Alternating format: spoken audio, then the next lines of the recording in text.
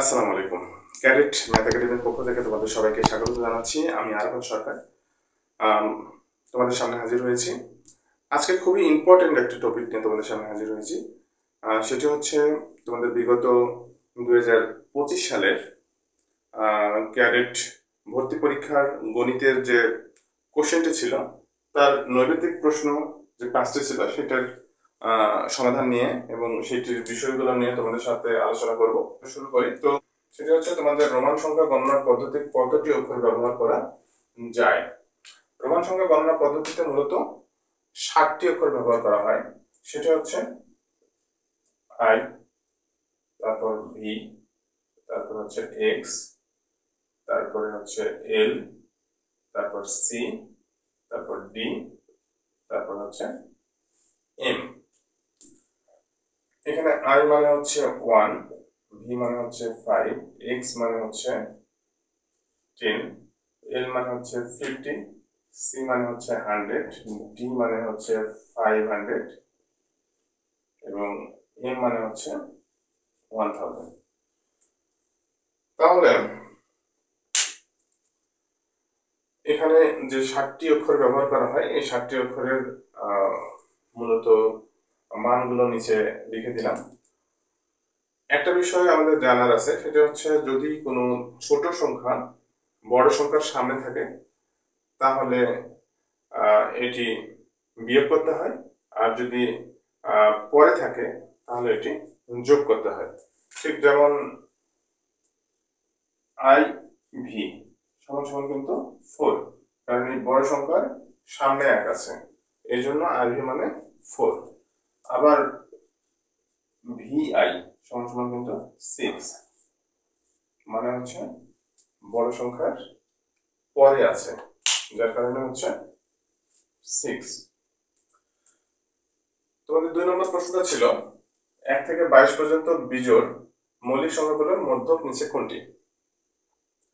তোমাদের 1 থেকে 22 পর্যন্ত বিজোড় মৌলিক সংখ্যাগুলো হচ্ছে 3, 5, 7, 11, 13, 17, 19। 3, 5, 7, 11, 13, 17, 19। তোমাদের একটা বিষয় হয়তো তোমরা জানো, সেটা হচ্ছে তোমাদের 1 কিন্তু আসলে মৌলিক সংখ্যা না। তো মৌলিক সংখ্যার উপর আমার একটা ভিডিও আছে, ক্যাডেট ম্যাথ একাডেমি যে পেজটি আছে এবং ক্যাডেট ম্যাথ একাডেমির যে ইউটিউব চ্যানেল আছে, সেখানে তোমরা খুঁজে পাবা। সেখানে মৌলিক সংখ্যা এবং সমমৌলিক সংখ্যা যে এক না, সেই বিষয়টি নিয়েও একটু বৃহৎ আলোচনা আছে। আশা করি তোমরা যদি ওইটা দেখো তাহলে খুবই উপকৃত হবা। তো যাই হোক, যে বিষয়টা নিয়ে আলোচনা করছিলাম সেটা হচ্ছে যে তোমাদের এখানকার মধ্যক। তাহলে এখানকার মধ্যক হচ্ছে 11, কারণ এখানকার মাঝের সংখ্যা হচ্ছে 11। তো মধ্যক মানে হচ্ছে মাঝের সংখ্যা, এবং মাঝের সংখ্যা যেহেতু বিজোড় বলা আছে, তো এখানকার বিজোড় মাঝের সংখ্যা হচ্ছে 11। এখন তোমাদের যদি জোড় বলতো তাহলে কি হতো? যদিও এখানে হয়তো জোড় মৌলিক সংখ্যা পরীক্ষায় আসবে না, কিন্তু যদি কোনো ধরনের জোড়ের মধ্যক জানতে চায় তাহলে তোমাদের হচ্ছে উত্তরটা হবে হলো, আমি আগে লিখি, কোশ্চেনটাই লিখে ধরো তোমাদের জোড় সংখ্যা হচ্ছে 2, 4, 6, 8। তাহলে এখানকার মধ্যক হবে কি?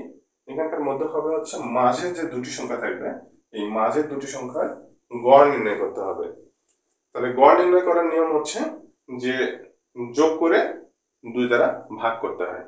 তাহলে এখানকার মাঝের দুটি সংখ্যার যোগ যদি আমরা করি তাহলে কত আসে? 6 + 4 / 2। তাহলে কি আসতেছে?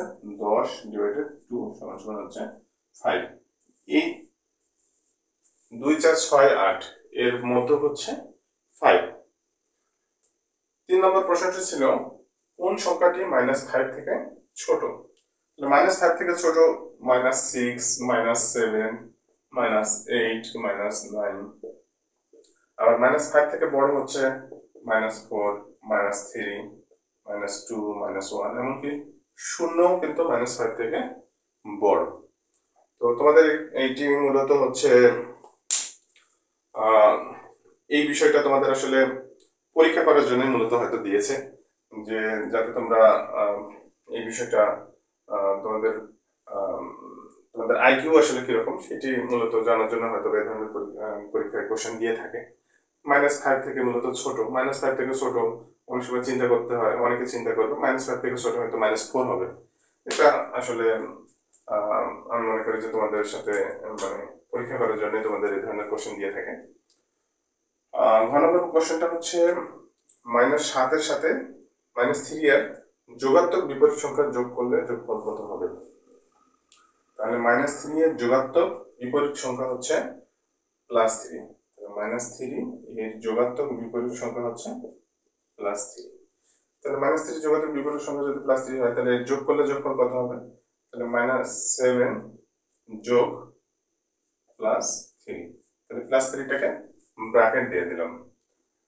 তাহলে ফলাফল আসতেছে হচ্ছে এইটা, এই প্লাসের সাথে এই প্লাস গুণ অবস্থায় আছে। তাহলে আমরা লিখতে পারি হচ্ছে -7 প্লাস প্লাস প্লাস 3 সমান হচ্ছে -4।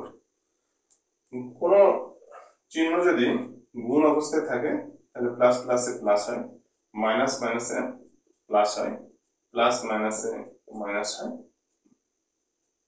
মাইনাস প্লাসে মাইনাস হয়, প্লাস মাইনাসে মাইনাস হয়। এই বিষয় অনুযায়ী এটা মূলত মনে রাখা উচিত।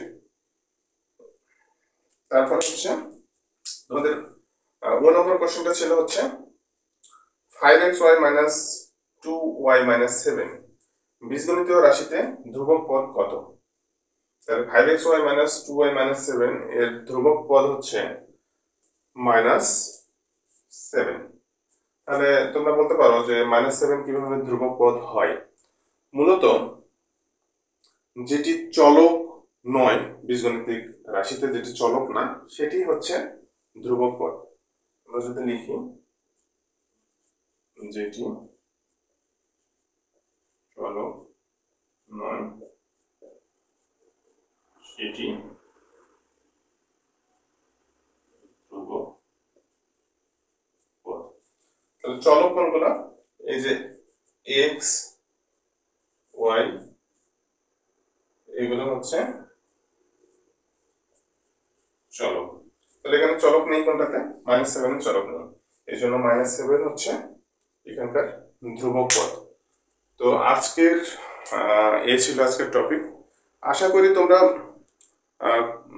বিষয়টা অনুধাবন করতে পেরেছ, এবং পরবর্তী ভিডিও এর পরবর্তী অংশটুকু নিয়ে পরবর্তী ভিডিও করা হবে। তো একটা বিষয় তোমাদের অবশ্যই মাথায় রাখতে হবে, সেটা হলো যে আমার এই ক্যাডেট ম্যাথ একাডেমি একেবারেই নতুন। তোমরা তোমাদের যাবতীয় যা কিছু জানার আছে সবগুলো কমেন্টস করবা, কমেন্টসে লিখে দিবা। আশা করি আমি প্রত্যেকটি কমেন্টসের উত্তর দিয়ে দিব, এবং তোমরা যত বেশি অ্যাক্টিভ থাকবা ক্যাডেট ম্যাথ একাডেমি তত বেশি তোমাদের জন্য অ্যাক্টিভ থাকবে। তোমরা যারা ক্লাস 4-এ পড়ো, তোমরা যারা ক্লাস 5-এ পড়ো, তোমরা যারা ক্লাস 6-এ ক্যাডেট পরীক্ষার জন্য প্রিপারেশন নিচ্ছ, এবং যারা 4-5-এর মূলত বিভিন্ন প্রতিযোগিতামূলক পরীক্ষায় অংশগ্রহণ নিচ্ছ এবং ভবিষ্যৎ পরিকল্পনা আছে ভালো কিছু করার, তারা অবশ্যই ক্যাডেট ম্যাথ একাডেমির সাথেই থাকো। আশা করি তোমরা সবাই ক্যাডেট ম্যাথ একাডেমির সাথেই থাকবা। ধন্যবাদ।